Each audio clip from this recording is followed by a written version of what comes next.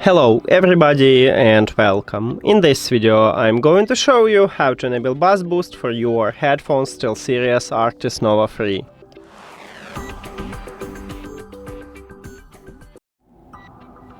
You have to start by open STEELSERIES GG application.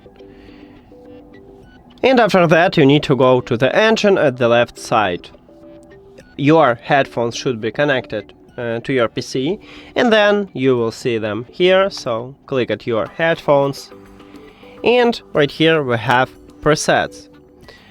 Click at the selected preset, and right here we have a bass boost, so click on it and then click save. And that's it. Thank you for watching this video. If you found it helpful, please consider subscribing to the channel and leave the like on the video. See you later!